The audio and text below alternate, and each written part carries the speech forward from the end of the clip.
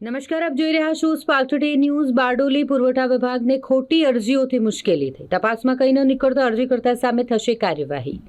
બારડોલી પુરવઠા અધિકારીને તાલુકાના સરભોડ અને ભુવાસણ ગામની સસ્તા અનાજની દુકાનોમાં સડેલું અને નીચી ગુણવત્તાનું અનાજ આપવામાં આવે છે એવી લેખિત અરજીઓ પ્રાપ્ત થઈ। અરજીઓને આધારે તંત્ર દ્વારા તાત્કાલિક તપાસ કરવામાં આવી।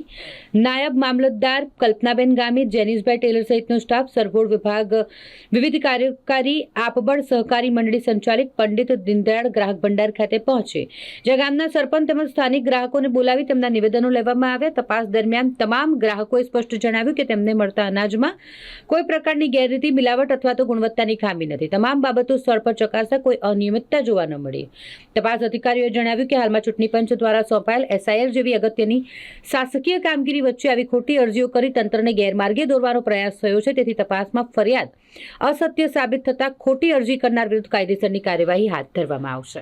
મારું નામ જીવાભાઈ નાગરભાઈ હળપતિ, રહેવાસી ભુવાસણ ઝાખરડા।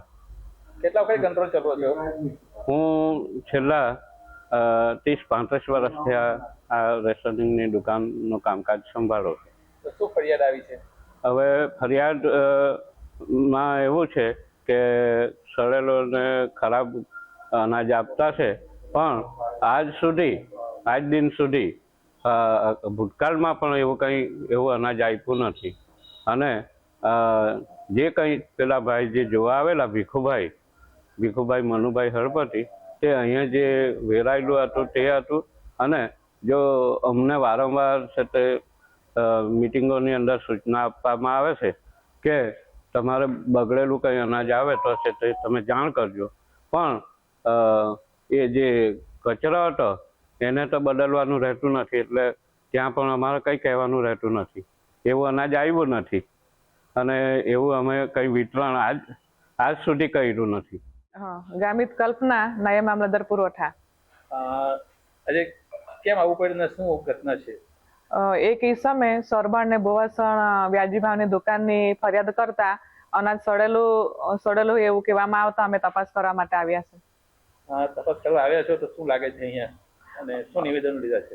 ઘઉં, ચોખા, અનાજ જોતા ખાવા લાયક છે ને ગામ લોકોના સરપંચ, દુકાનદાર, ગામ લોકોના નિવેદન લેતા અનાજ સારું હતું, ખાવા લાયક હતું। જે ફરિયાદ કરી છે તે બાબતે શું કહેશો તમે? જે ભાઈ ફરિયાદ કરવામાં આવી આ SI અમારી હાલમાં SI ની કામગીરી ચાલે છે।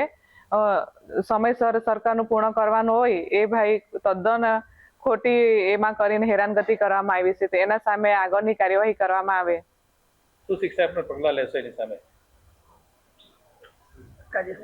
કાયદેસરની કાર્યવાહી કરવામાં આવે કે જે રાષ્ટ્રીય કામગીરીમાં વિક્ષેપ એ કરે ને અનાજ સારું છે છતાં પણ ખરાબ છે એમ કરીને ખોટા લોકોને ઉશ્કેરે છે। ગામ ભુવાસણના સરપંચ, તાલુકો બારડોલી। આજે એક ફરિયાદ કરી તદ્દન ખોટી છે ને વાહિયાત છે।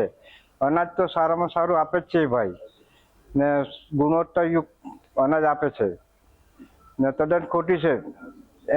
જે હોય તે એના પર જ કેસ મૂકો હવે, કારણ કે જે કચરો ઉઠો ને એ વાણીને લઈ ગયો ને ફોટો પાડલો છે ને હળભરનું આ જ રીતે કરેલું છે ને।